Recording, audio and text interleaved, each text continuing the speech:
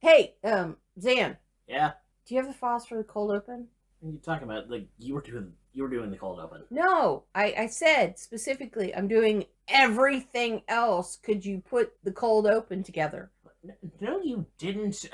Okay, if you're not doing the cold open and I'm not doing the cold open, hang on. Bear, do you have the files for the cold open? Yes, I tried to show you. I gotta do everything about the graphics. Well, that was a bust. So basically, what we're saying then is that we don't currently have a cold open. It definitely seems that way. Unless Roach has something to pull out her ass. No, I don't. Well, they're doing a thing later, so. Yeah, that's fine. Okay. Alright, so we're gonna engage in the age-old human adage of winging it. Let's just start the show right now. Recorded in Round Rock, Texas, in front of a live teleconferenced audience, it's the What's Update with Xander Quation. Season 3, Crackpots, Karens, and Robber Barons. Yeah, that's what I'm talking about, baby. Hey, Woo-hoo! welcome to the What's Update. I'm Xander Quation. Let's get started. Yeah.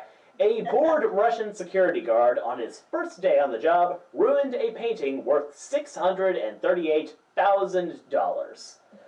The abstract painting, artist Anna Leporskaya's Russian paintings, we're getting to a whole new level of language fuck-ups. Right.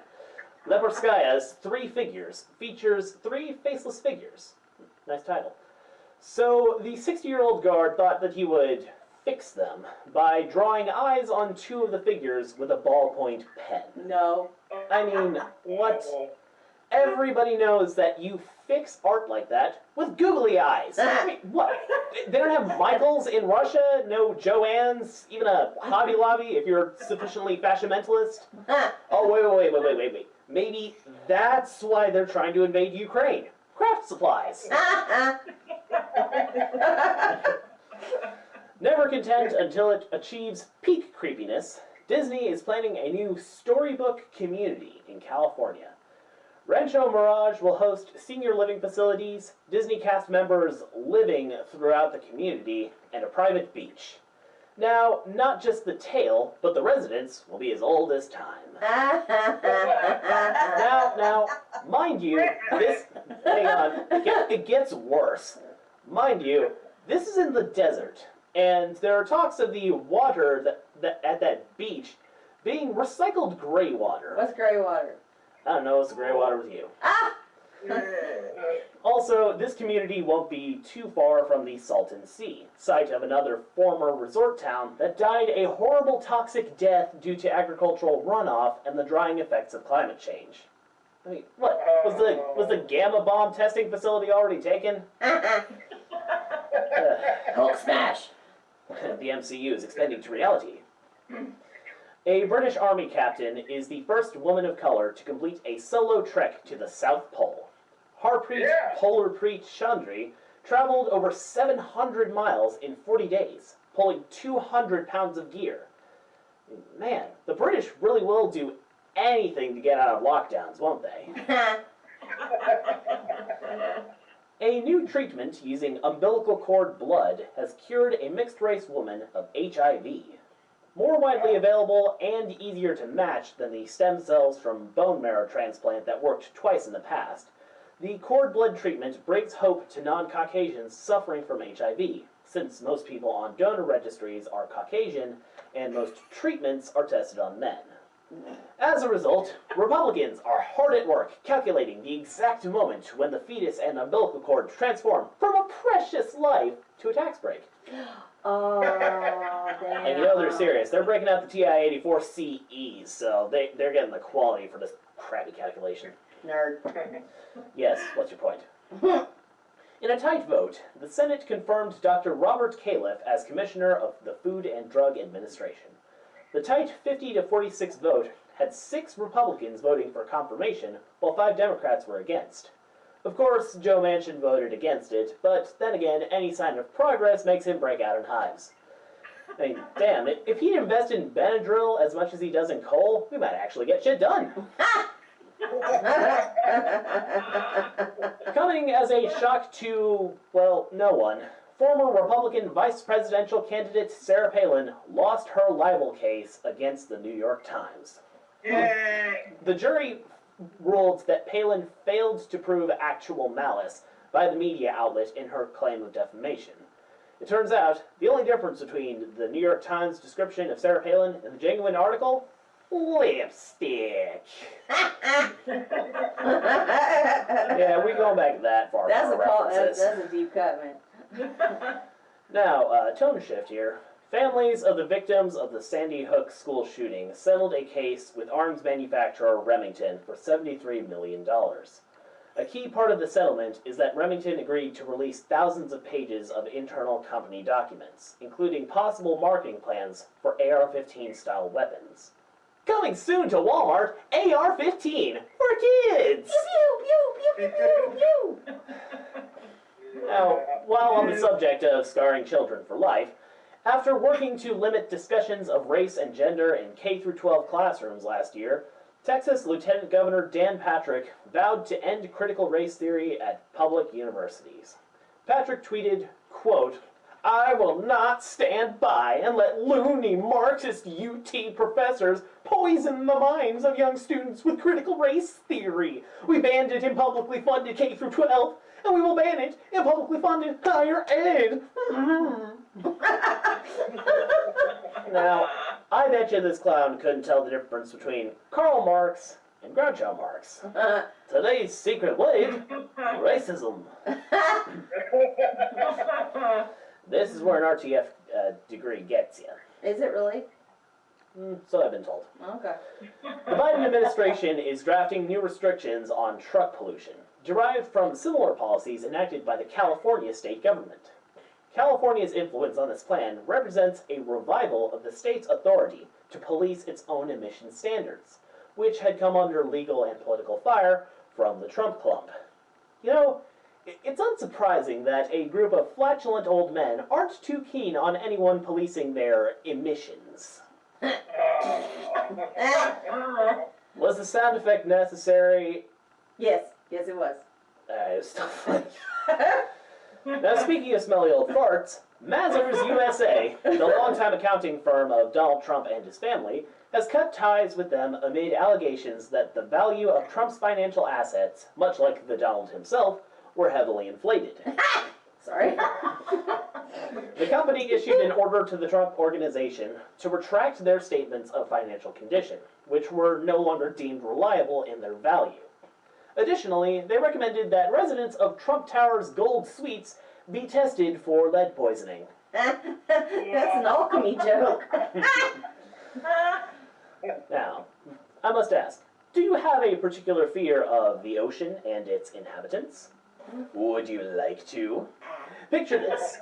A blue whale can grow to over the size of an American football field. A recording by the scientists off of the coast of southwestern Australia caught a pod of about a dozen orcas, you know, like Free Willy, the pandas of the sea, dismembering, killing, and devouring a blue whale, including one orca that swam into the blue whale's mouth to eat its tongue. Oh, yeah. Now it was a pygmy blue whale, but that's still over half a football field of aquatic mammal that got eaten. Or, well, if you're on the metric system, one golden corral.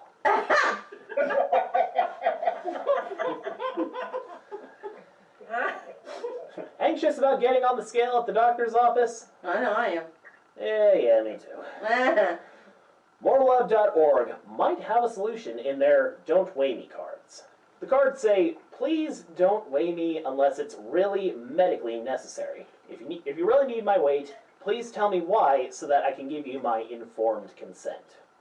I mean, heck, if Mango Mussolini over here can say that he's 239 pounds, I think people can afford to keep pandemic weight under wraps. Stick around. We'll be right back. Yeah!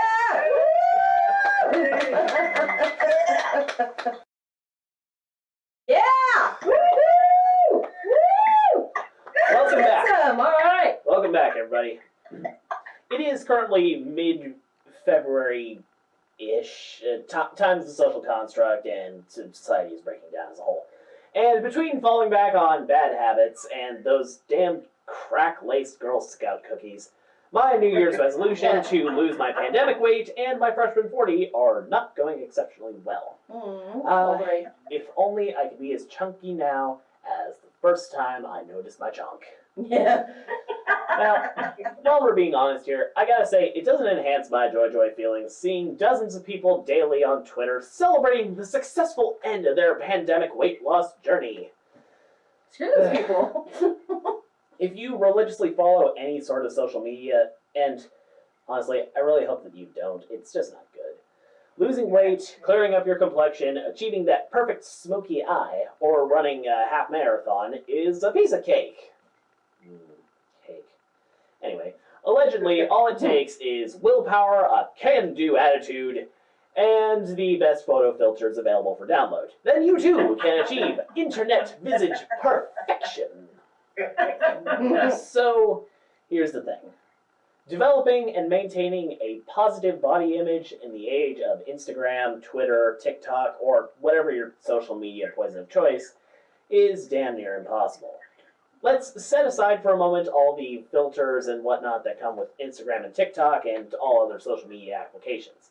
It's pretty obvious when an average person is adding the old Hollywood Vaseline on the lens filter to their just got a Frappuccino selfie. To keep things simple, we can also ignore any photoshopping people do before they post. The reality of it all is that nobody in their right mind is going to broadcast the first image they take. You take 20 or so and pick the best one. Cool kids know the score. Only post ugly photos of our rivals, not ourselves. Bitches get it coming. Now, all this pseudo-perfection is definitely taking its toll.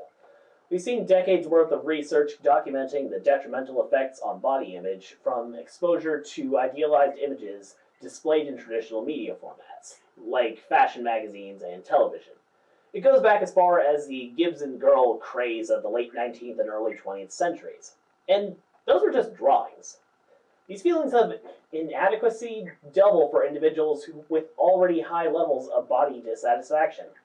And recently, a growing body of research shows parallel negative effects resulting from social media exposure. What makes social media more insidious than the traditional media of the past is that most of the content is generated by one's peers. And, GB help us all, it's fully interactive. Not only can people create their own profiles and post images, but they can also doom scroll other users' accounts and comment. Of these activities, those surrounding the posting and viewing of photos are identified as particularly salient to body image concerns. The negative effects of social or traditional media have led to the process of social comparison. Social comparison theory was first proposed in 1954 by psychologist Leon Festinger and suggested that people have an innate drive to evaluate themselves, often in comparison to others. It's been argued that social comparison is especially apropos of social media, because individuals are now judging themselves against their peers, instead of the truly unattainable fitness, beauty, and wealth of the famous faces on magazine covers or on television and movie screens. This compulsion to only present edited or carefully curated images is a form of social surveillance. This is where people not only stalk the content uploaded by others, but also unflatteringly scrutinize their own posts from the imagined point of view of the ubiquitous other. When browsing content created by others, individuals will develop a view of what is perceived to be normal, accepted, or unaccepted in their social circle. They then modify their own content to mirror the values signaled by their peers or followers. The online world feels populated by individuals who, unlike the viewer, have perfect bodies, perfect lives, and perfect relationships. And the end result is that comparisons force a type of unbalanced one-upmanship, resulting in dissatisfaction with one's own appearance or life. Now, we could do an entire show on how social media destroys the mental health of teenage girls, with the pressure teens feel to achieve social media perfection, It's no surprise that 80% of girls say they've downloaded a filter or used an app to change the way they look in photos by the time they're 13 years old. What I'm trying to say is all of this comparison, even with the knowledge of how fake these depictions are, is rough on the soul. When you add in the isolation of living through a global pandemic, the societal need for social media has increased. If you can't leave your house, you can still stay connected to the world at large from the palm of your hand. And that's part of the problem. With non-stop access to the world through our phones, our somatic nervous systems are constantly revved up like a UT Austin squirrel on crack. We're in a constant state of checking our devices over and over again. We become desperate for updates, new postings, comments, likes, and so on and so forth. A 2015 Common Sense survey found that teenagers may spend as much as 9 hours of each day online. A 2017 Canadian study found that minors who use social media for more than 2 hours daily are considerably more likely to rate their mental health as fair or poor than occasional users. Now, I can hear some of you out there thinking, but Xander, all they need is a little self-control. If they would just put down their phone once in a while, maybe go outside and play, they wouldn't all be moody and angry about the FOMOs or the twats, or is it twits? Look here, young man. Katie having a new designer bag and Kyle's parents buying him a new F-150 aren't a reason to make you want to kill yourself. Grow up! Now, first off, imaginary person I just made to make my point, you're a dick. And also, why do you sound like J. Jonah Jameson? Second, we've all heard it our entire lives. Things were so much simpler back when I was a teen. You just need to ignore all that online nonsense and make some real friends. I believe it was the Fresh Prince's mom that said, if they were laughing, you don't need them because they're not good friends. Yeah. Now, be that as it may, madam, every time to be a person has been the worst time to be a person. Childhood, adolescence, and adulthood are all a minefield of potential drama and debasement. Ignoring the reality of the trauma doesn't make it go away. For example, this week I had a homework assignment. It was one of those discussion post type things where the professor puts up a, hey, think about this kind of question. You respond to the question, and then respond to another student's response. Yep, folks, that is how my $5,000 per semester are being spent. In any case, the question was, if you could give 3 pieces of advice to your son/daughter, niece/nephew, or little brother/sister related to digital media and issues related to body image and or cyberbullying, what would it be? And, well, I thought about it for a while, and it came to me. I've been getting this kind of advice my entire life. It's what happens when you have Gen X parents. You're marinated in a mix of 2 parts sage-like wisdom to 5 parts paranoia by people who grew up at the end of the Cold War, in the transitional era between the analog world and digital world. Berlin Wall, Challenger explosion, Y2K, nobody gets the drop on a Gen Xer because they got that eyeball disease. Now back on track. The first piece of advice I remember was simply, don't. Don't engage in arguments online. Don't compare yourselves to others. Don't let other people get to you. Don't worry about what some 7th grade punk thinks. They're probably just as freaked out by the world as you are. Don't get down on yourself. Don't give mean people permission to live rent-free in your head. And finally, don't forget that you're loved. Aww. The next bit of advice, it's telling when the most wholesome part of the show gets a big, shocking surprise.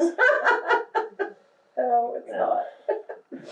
Back on track. The next bit of advice comes from being in a unique position of having parents who worked in animation, design, advertising, and marketing. I knew that everything I saw on TV, online, in magazines, or in movies wasn't real. That McDonald's hamburger is made to look super yummy with paint and lacquer and expertly handled lighting. We all know how hard that is. Yeah. The ice cream, that is mashed potatoes. And nobody posts unedited pictures. Every post you see of someone online was picked because it looked the best.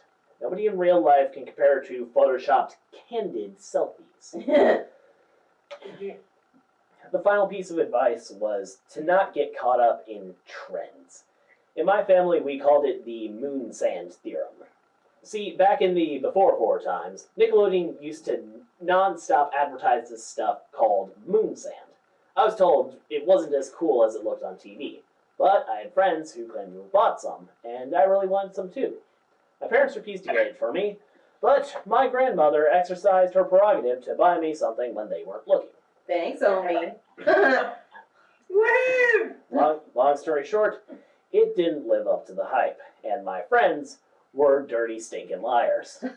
They either never got the stuff, or did have it and knew that it was garbage, and they didn't want to be the only ones feeling buyer's remorse about their toys.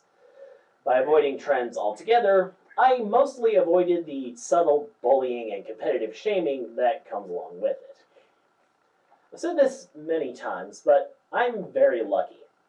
I was raised by educated, tech-savvy media aficionados. I'm also an only child. My family kept an eye on my mental well-being. They helped me steer clear of social media quicksand. I have extended family and friends that have always been there to lift me up when I'm down. Not everybody has that. When I was feeling down on myself because somebody else was thinner, fitter, or better looking, or better dressed, I had someone that saw my fluff as more of me to love. Yeah. Yeah. Everybody loves your fluff, pumpkin. And now I have an audience to fluff me up for that even more. Okay. I will say, however, my parents didn't let me have a smartphone until the 10th grade. I'm still a little salty about that. Instead, they showed me that, above all things, I'm the best me I can be, and I am loved. We'll be right back with Daniel Kibblesmith. Stick around. Yeah! Welcome back. We are thrilled to have our very accomplished guest today. So let's start with our standard 3 questions. Who you, what to do, and why? My name is Daniel Kibblesmith. I'm a writer for Netflix shows right now, and comic books and children's books. And why? That's a much bigger question. I don't know. When I was 5, I had a Dr. Seuss book, or maybe a Dr. Seuss knockoff book, called My Book About Me, and it said, "What do you want to be when you grow up?" You know, like they do. And I wrote movie maker, which I must have learned was a job like that year. You know, I probably watched like the Muppet Movie or The Wizard of Speed and Time, like one of my childhood favorite movies that shows like the behind the scenes process a little bit. And I was like, yes, that is for me. And then since that decision, I think it was just momentum. I think it was just like inertia, where I said, yeah, I made that decision really early. I'm going to be in the business of writing things down and getting hopefully talented people to turn them into a visual medium. It's like, I'm already in this deep. Might as well keep going. Hit me. Oh, I thought you meant you. Yeah, no, I was in that deep. Sorry, I thought that was like a journalistic thing where it's like, oh, I've got into his childhood. Por que no los dos? Yeah. Anyway. No, that's true. It's the only thing that I've ever wanted to do, and it's the thing that I am naturally obsessed with is media. I just, that's what I think and talk about all the time. My wife and I talk about, Mad Men and 30 Rock as though they're our friends, and all these things happened to us. So yeah, it's just kind of how I've always been wired, is for movies and TV and books and comics, and wanting to be a part of it and wanting to reach people through it. You'd be surprised how common that answer is. So what was your process for becoming a professional writer? Did you go to school for writing or communications? I went to film school. I did very poorly in high school, and went to Columbia College of Chicago, which had a lot to recommend it. It was in Chicago, where I lived in the Chicago suburbs. It was like a good film school, like a fun, hands-on, you get what you put into it, film and liberal arts school. And it was also open admissions at that time. So I could have a GPA of, 1 point something when I graduated. I remember my senior year of high school, there was a ceremony called the One Up program for people who had raised their GPA 1 full point that year. And I don't know mine, but I found out from that ceremony that I went from a 0 something to a 1 something. So my college prospects were not awesome. But Columbia was not only a really good fit in other regards, but your GPA at that time was not like a substantial factor. It was a great place for people to get a second chance. So I went to Columbia over College. here going from a 0 to a 1, and I'm still struggling for UT. And he's writing Loki. Yeah. I mean, look, it's like it's like being there. It's like Chauncey Gardner, right? You can be a big old dope and just show up for things, and folks will let you take a crack at them. But Yeah, so I love went doing to that film right now. school. Plague outside. That's a good point. That's a good point. After film school, I had an internship in Los Angeles. Was not a good fit for me at that time, and I moved back to Chicago, and took classes at Second City and got involved with my friends in the stand-up comedy community. And from there, just sort of, I did, office jobs. I worked for the company Groupon in their marketing department, and that was my first like professional writing job. So that was great in terms of learning like discipline and getting some like professional visibility. And then I started like freelancing at the Onion and stuff. And from there, it was very much like real jobs, like capital C comedy jobs. Once the Onion takes a chance on you, people are a little less nervous. It does seem like a pretty big ticket to most comedy writing. It's really common. Especially if you can write articles that will sometimes accidentally convince people like, oh crap, you actually said that? I was like, no. Reality's just that crazy that it sounds like parody, so this sounds correct.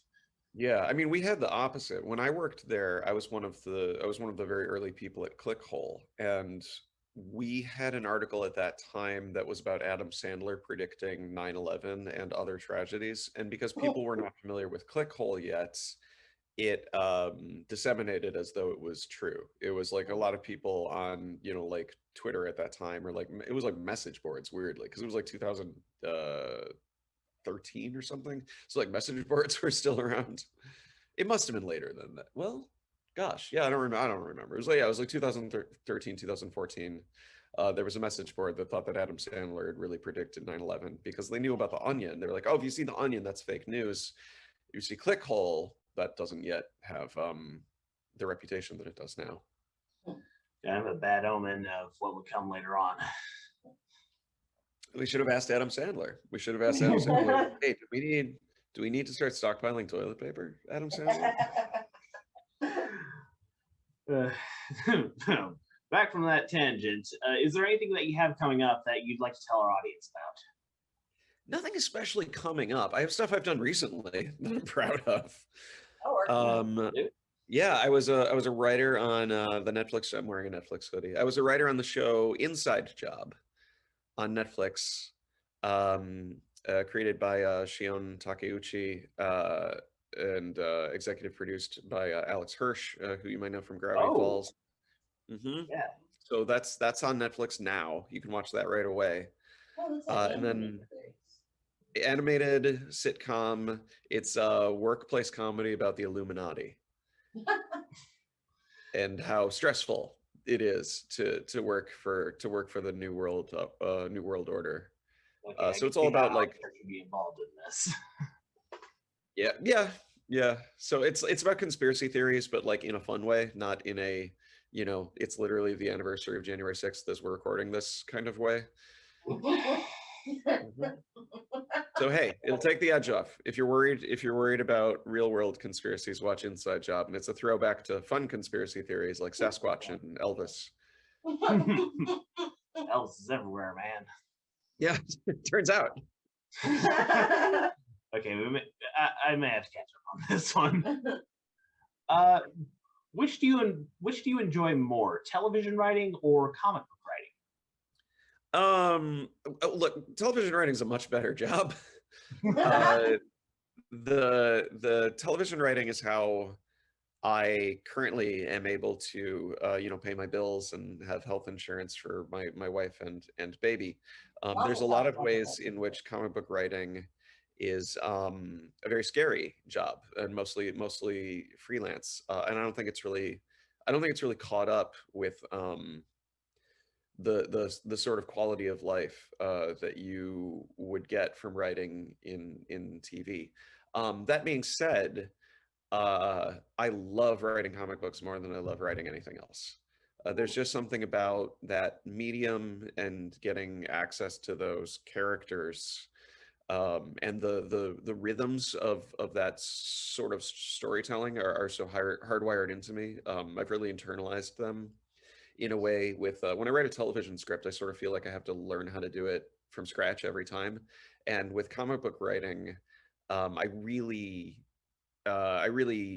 know innately at this point, like how those stories are scripted and then really realized by the artists, not even finished, but like kind of created by the artists in a way that screenplays are always a blueprint, but um, the particular collaboration in comic books, I think, is just so rewarding and so important that writers recognize that they are not really the driving force behind the final products.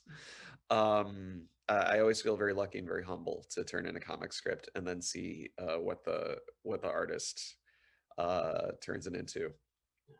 I've actually 'Cause talked to that's plenty what of people are paying money for, that's why the covers face outward instead of like a novel has your name on the spine. Comic books, that's the artist's domain. So I feel really lucky when I get to team up with those people. I've actually talked to plenty of comic book artists themselves, and they are also constantly having to hustle for extra work. Yeah, Seems no, like it's tough. I mean, there's no union really. You can get like exclusive contracts and stuff, and that's certainly better. But yeah, it's primarily like freelance writing, assignment to assignments, editor relationships.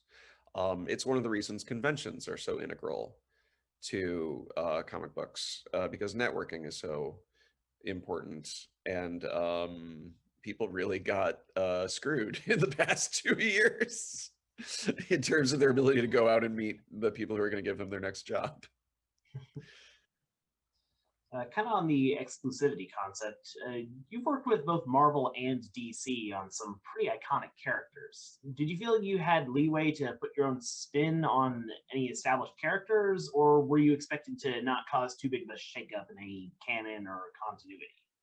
Nothing I did has ever been really that tied to canon and continuity. I mean, I love writing comic books, and I hope to do it more, but it was never my full-time job, which means it's difficult as a comic book writer to earn the high profile gigs that would really impact continuity. I did like lower visibility stuff, the stuff that was like arguably not in continuity at all, or sometimes in the case of a couple like Spider-Man stories, like expressly not in continuity. So I've always had a ton of leeway with the editors that I've worked with, who have all been spectacular people, especially Sarah Brunstad and Will Moss, who I worked with on almost everything I did for Marvel. Lockjaw, Black Panther versus Deadpool, our very short and sweet Loki run. They were always like, "What's your take? What's your idea? Like, here's what happened before you. We can't change what's already carved in stone. I mean, it's comic books, so you can, but generally speaking, here's what's happened before you. You have to respect that and honor that. But if you can create a segue, like if you can create a plausible segue, characters get rebooted and reinvented all the time. I get asked this question a lot. Just do another Crisis on Infinite Earths. Yes, just do a Secret Wars. This is like whoosh. Yeah. No, I mean, I get asked this question a lot because I'm sure there are characters like, Batman or Wolverine where editors will have like third rails where it's like, oh, Wolverine can't smoke cigars anymore because the children read these, and there's like a new kind of like corporate mandate or cultural relationship with that idea. Big like kind of binary stuff. But I've never worked on anything where they were like, you can't make Loki say that. They were like, yeah, Loki's like a jerk. I'm sure that's fine. So at one point you described him, or like he had been described as Marvel's bad roommate. Yeah, I definitely threw that around. Yeah. He hangs out with everybody. He's always like Wolverine or Squirrel Girl or, Thor, obviously. And if it's not one Loki, it's another Loki. There's a lot of Lokis these days. And on this subject, how did the Loki job come about in the first place? I was doing one shots and miniseries is for Marvel and DC. And that's miniseries plural. And miniseries. I think it was just like it was sort of like what's next, I was on a tier of writers who with my resume and my availability at that time, it was very logical to try a ongoing series with a like B or C list character, which is really common in comic book writers. Like if you look at comic book writers that you love, before they're doing like Spider-Man or whatever, they might be doing like Howard the Duck. Like they might be doing like a very beloved, overlooked gem that is going to become a underrated classic when they do such a good job with that it's like the editors are like, this was of such incredible quality that we want to continue working with you. But it's also difficult to sell a book consistently with like a less famous character. So what we are now going to do with you is we're going to give you Captain America or something. Like you have proven that you are a incredibly capable and reliable creator. And regardless of whether or not this previous series got canceled due to just sort of the difficulty in 2021, 2022 of selling like a lower profile character, we trust you and you're great at this, so here's a higher profile character. And that's when you get things like the Immortal Hulk, where it's like an up-and-coming genius creator with a property that already has a fan base come together and do like a classic run or something. And that's kind of like, in my experience, that's kind of how working for the big companies goes right now. It's like anything, you keep delivering and have good relationships with editors and people who control the purse strings. And if all goes well, you just keep moving up in the ranks, and then you're doing Superman and Batman and Spider-Man and stuff. They give you things that are relatively low risk and not too much impact on the main story or continuity, and then eventually they're like, hey, you seem to be doing a pretty good job with this. How about we give you something that's actually in continuity? Yeah, I mean, it's like I said about taking chances on people once you have the onion on your resume. I mean, everything is kind of about balancing risk aversion with ambition or innovation. It's that tension of like, I've got a really good idea for X, but X is kind of precious. X is kind of like high stakes. We really can't have somebody who doesn't know what they're doing do X, but like, hey, you knock out a few issues of Y. I wish I hadn't picked X and Y, because X-Men is such a huge thing, and then Y the Last Man is the name of a comic. This is a terrible analogy. But the point is that little jobs, it's not a secret, little jobs lead to big jobs. I think if you're dedicated and cooperative, then obviously things can go south at any time for any reason in the freelance world. But generally speaking, that's how you would go from a trial to a high profile ongoing series. Sorry, I'm just stuck on X and Y. It was like, yeah, we can't have you on X-Men, but we can have you on our What If spinoff. Why though? Right. Right. Essentially still correct. So back to that 1.0 GPA, was it too many comic books or too much D&D? Oh, I mean, I didn't play D&D. I played a different tabletop game called Deadlands. It was a horror western from a company called Pinnacle. Look it up. It's awesome. If they ever turned that into like an HBO Max show, I really want somebody to give me a call. Yeah. Yeah, it was also just like mental illness, It's just like not wanting to be in school. Yeah. Was it the curriculum or was it the people? Yeah, curriculum was kind of good actually. Yeah, I went to a good high school. I just wasn't supposed to be going to any high school. Like mentally, I was just not wired for.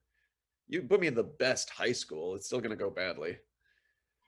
I was just a poor fit for institutionalized learning in crowded spaces. All right, fair enough. Switching It's gears going a bit. around. Switching gears a bit, you're actually not our first Emmy nominee on the show. So I must ask, is it really an honor just to be nominated? I'm kidding. Yeah, no, I'm kidding. no, it is. Of course it is. It's just hard to lose. It's like you never, because it's not something that you ever like asked for.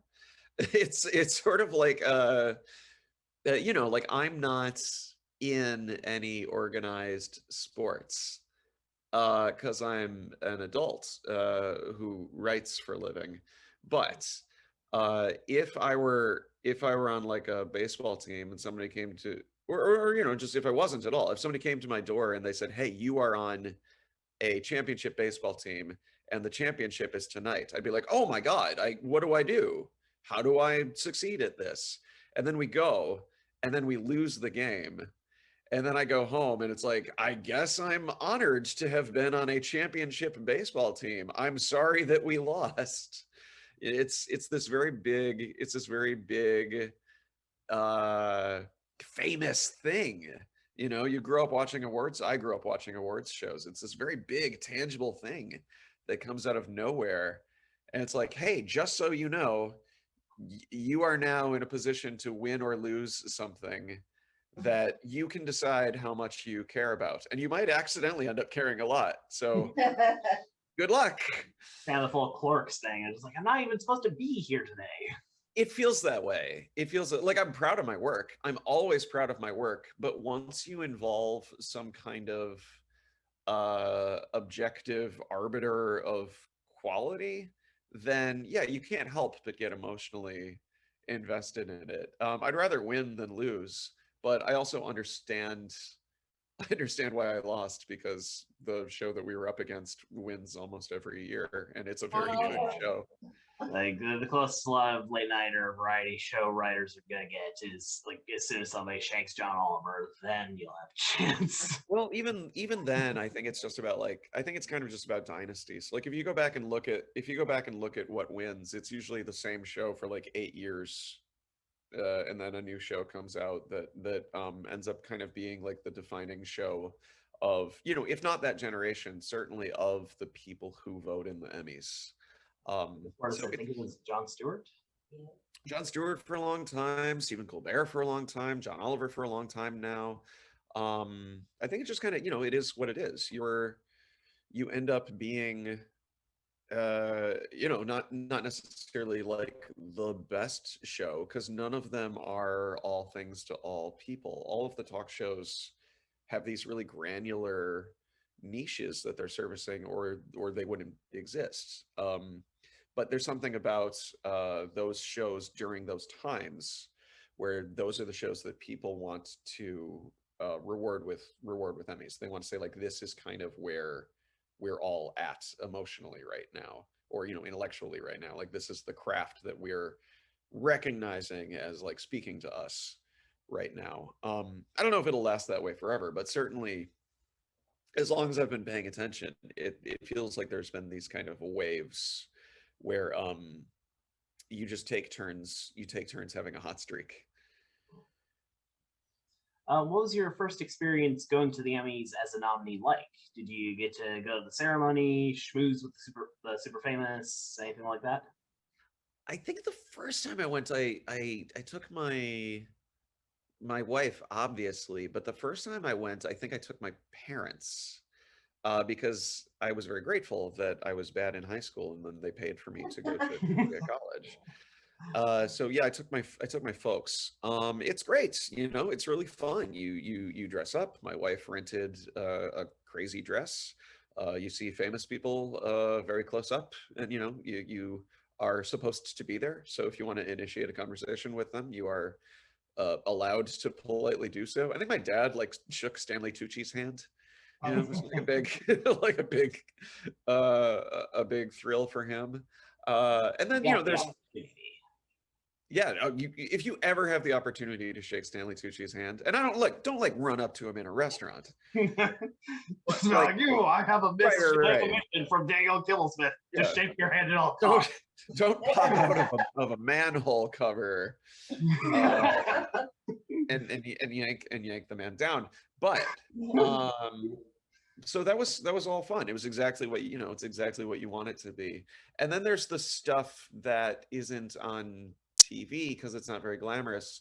There's a lot of like walking through parking garages and like getting to the entrances and stuff, and and there's like, it's very cold in that room because all of the hot lights are pointed at the people on stage. So all of the women are wearing like these shoulderless gowns, and they're all borrowing their boyfriend's tuxedo jackets and stuff, and the whole thing takes like 9 hours, but then there's a super fun party after. Like, it's great. Everybody should get nominated for an Emmy. It's a blessing. We'll keep that in mind. I've done it 4 or 5 times. I've been nominated, and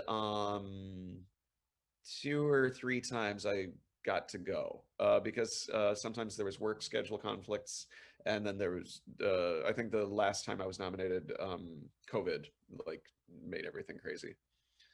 Yeah. Well, if I get like that. I don't really remember how that all shook out. The point is, I got nominated a few times. I've been a few times, and it rules. Yeah. Well, if we get nominated, then I will review this interview for some tips and tricks. Yeah. Get hyped. Yeah. How did the job at The Late Show come about? I wrote a packet. That was one of the very rare things where I can feel very confident about the material I submitted, because I got word from a friend of mine who had representation. She said, my agent sent me this, and I'm not gonna go out for it. This isn't the right job for me, but I think it's the right job for you. And I'd been living in New York for about 6 months. Well, no, actually, at the time I applied, it must have been much earlier. So 4 or 5 months I've been living in New York, and I had lived in Los Angeles previously and had kind of a crummy time. So my plan was to move to New York and try to write for a talk show, or like SNL, or anything that shoots in New York. Like didn't enjoy living in Los Angeles, so I'm going to try to write for television in New York. And I got very lucky that as soon as I arrived, more or less, there was a show. The CBS Colbert show was starting up, and it was looking for people. So she gave me the contact email for her agents and the packet submission process. And I sent my packets to him, and he said, "I don't know who you are. Do not contact me again." And then later, um, later they posted the job listing publicly, so it circulated throughout the entire stand-up comedy community. And I got a different submission email from a stand-up comedy friend, and sent the same packet, and this time it went through.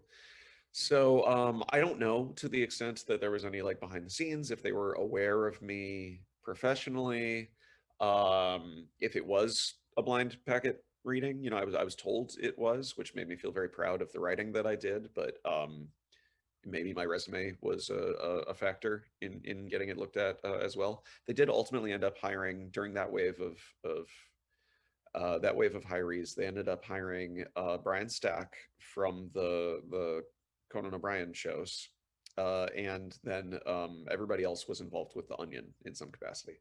So when The Late Show with Stephen Colbert started up, they knew that they loved The Onion and Clickhole, and everybody on that wave of hirees, other than Brian, who had worked at another talk show for many years, had The Onion on their resume in some capacity.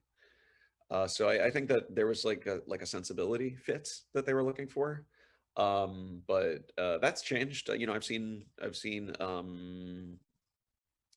a lot of people get hired at the Colbert Show since. Many of them it's their first television job. So anybody looking, to break into TV, talk shows are great because they're incredibly rigorous. They can be very stressful. They will teach you a huge amount of discipline.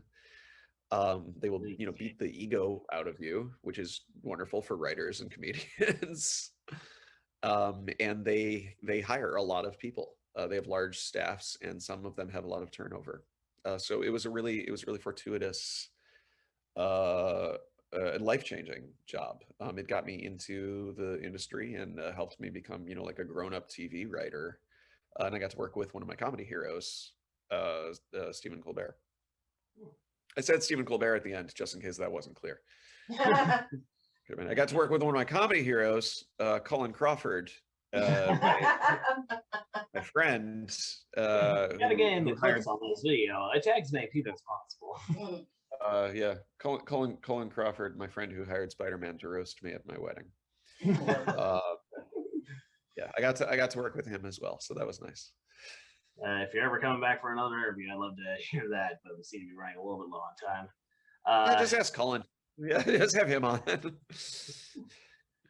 So on the subject of the stress of the industry, what are the general rewards and difficulties with writing topical comedy and satire for a late night show, especially these days?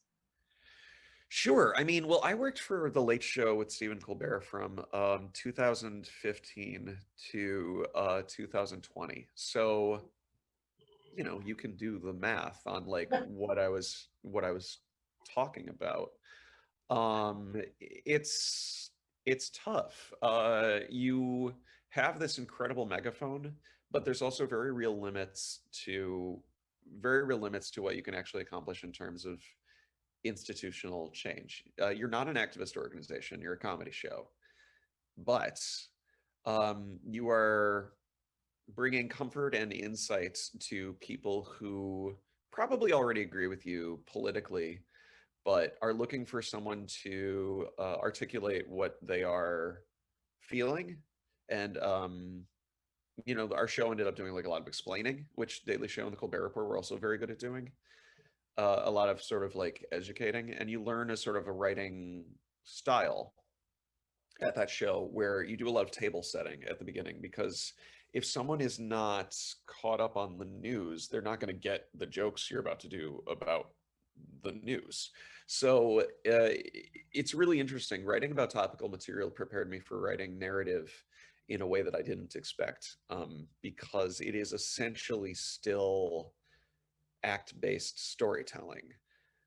you have to put all of the pieces in place so that people can understand, why they should care. And if part of them already cares, really homing in on that kernel and unpacking it with them to achieve, catharsis.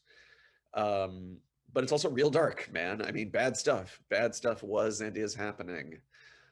So I started seriously trying to get a job in narrative TV in 2019 because I didn't really want to work for a talk show for another presidential election, and certainly for potentially another Trump administration. I thought that I might not be able to emotionally and like physically handle that. So it's one of the other things I really admire about Stephen Colbert and the other talk show hosts is there's a lot of endurance there. That's the hard job. That's the job where you go out on stage and have to put on a suit and physically walk and stand and talk to people. Because I was tapped out just writing about that stuff. And they have to be the face of it for, the 5 years that I was doing it, plus the 20 years before that, and maybe the 20 years that come after.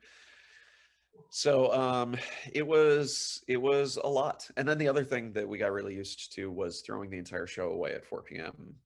Because during that particular administration, somebody might reboot the news cycle fairly late in the day.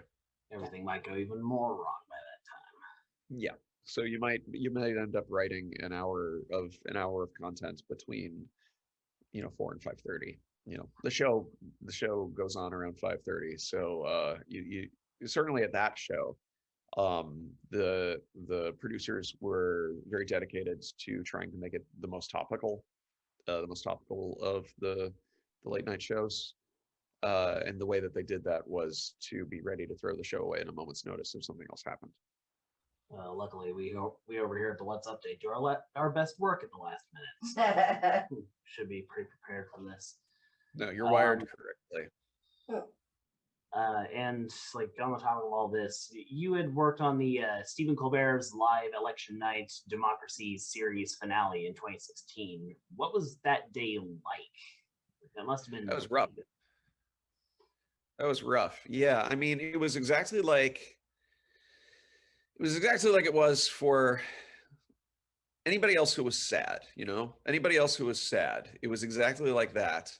Plus, you were at work at night, away from your loved ones and family. I very vividly remember watching the results come in North Carolina and realizing that Donald Trump was going to be the next president of the United States, and not really having any place to put those feelings. I mean, the most interesting version of that story isn't my story. The most interesting version of that story is between Stephen Colbert, who was on stage while the results were coming in, and that audience, the people who were finding out with and from Stephen Colbert that Donald Trump was going to be the next president of the United States. Because, they don't have their phones or anything. Like, this is a very isolating experience, and you become this weird breakfast club of 500 people who were all together under extraordinary circumstances. All of these people left with a story that they're going to be telling the rest of their lives, where it's like, are we all going to be dead in a month? Like, what's going to happen? And I think in some ways there are cultural epicenters whenever there's news like that. And I think being in an audience of, like I was in Grant Park when they announced that Barack Obama had won in 2008. And that's a cultural epicenter, obviously, because the guy is there. Obama and Biden were there. They came out on stage and it was a big party in the streets thing. I think that there are places like, hotel ballrooms that are full of press and aides and stuff, where it's like you're more there than the average person watching at home. And I think that people in the audience of a talk show that night were certainly closer to the heat of history than I ever wanted to be again. So yeah, election night 2016 was one of the big factors in me not wanting to write political satire in November of 2020. If something went real bad, I kind of wanted to be at home with my family. Yep. Didn't want to have to go through all that again. Do you have time for, like, usually for these interviews, we have one last silly question. Do you have time for that? I'm literally checking. Yes, of course I have time for one silly question. That sounds wonderful. Okay. Like, this should be quick. I know you have a heart out. Okay. So, the big question we're asking all the guests this season is, if you could bring back any 2 people from the dead for 24 hours, who would you bring back, and what would you do with them? That's really interesting. I mean, I think that sounds like a punishment, because you're essentially telling somebody that they have 24 hours to live. So I don't know, yeah, I guess I'd bring back like Hitler and like throw batteries at him for 24 hours. And then I would just do it again. I would do Hitler twice. And just like hit him with cars. Yeah. I would bring back Hitler and I would chase him with a car and like hit him with a car again and again. And then in 24 hours when he was dead, I would decide either to, I don't know if these are the rules, but I would decide either to do it again right away, or I would like save it for Christmas and do it a second time. I gotta say, out of a lot of things we've heard on this show, that's got to be the most Jewish answer to this question I've ever heard. Yeah, I'm not that Jewish, but it is a very Jewish answer. Neither am I, and yes, here we are. God, I don't know how to recover from that. I never thought of the question like that. Okay. Well, but I love Jim Henson, right? Like, I mean, Jim Henson was one of my big filmmaking heroes. But like, if I bring back Jim Henson for 24 hours, he's gonna be like, "Oh my God, I have one day to reconnect with my family." He doesn't want to hang out with me. So yeah, I would do the thing where I hit Hitler with my car. That's what I would do. What a strange combination of being considerate, justified, and bloodthirsty at the same time. Honestly, you're just describing my writing career. That's my wheelhouse. Seems we got a bright future ahead of us for this show. Well, on that note, I think that's a good place to end this off. Daniel Kibblesmith, everybody. We'll be right back. Hey, thank you very much for watching. We'd like to thank Daniel Kibblesmith for coming on the show and being a really fun guy to talk to. Be sure to like, share, and subscribe, and as always, it is what it is.